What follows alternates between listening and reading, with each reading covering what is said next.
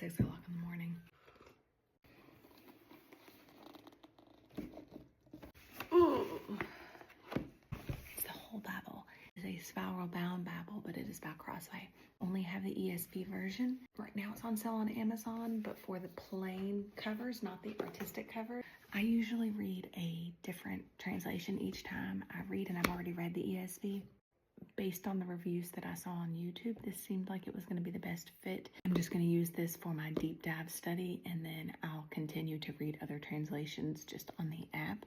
So first you can see that the cover is like thick card, and that is one of the reasons why I wanted this version.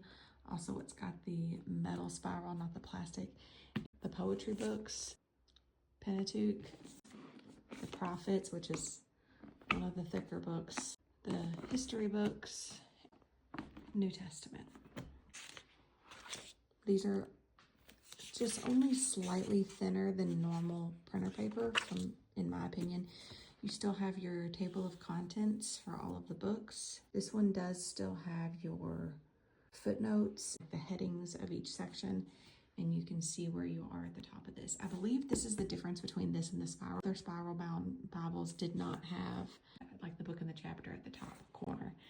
And this one has fairly spaced out writing, which I feel like is going to make it easier. It's going to give you more space to take your notes to correspond with what's on the page. Looks like it's going to be thick enough to where you're not going to be able to see through. Like if you were to highlight, I'm not going to test it right now because I don't want to do anything in this unintentionally, if that makes sense. But once I start taking my notes and everything in this, I'll share some of that. As far as I can tell, there's only 3 options for spiral bound Bibles. There's the ESV spiral bound set from Crossway, which is what I have now. There is the Spiral Bible, which has multiple translations. And then there's the Illustrating Bible, which also has multiple translations. Now, the Illustrating Bible is one whole Bible, and evidently it's very, very thick. The videos that I've seen of it, and the writing was really small, and there were no lines. So that's more of like for journaling, I guess.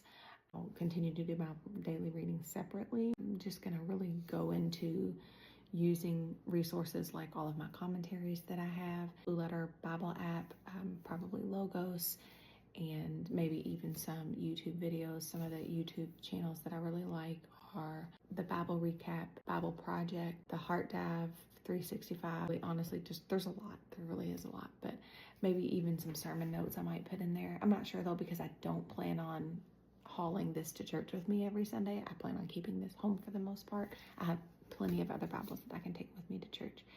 My boyfriend actually bought this for me, and I'm really excited to get into it.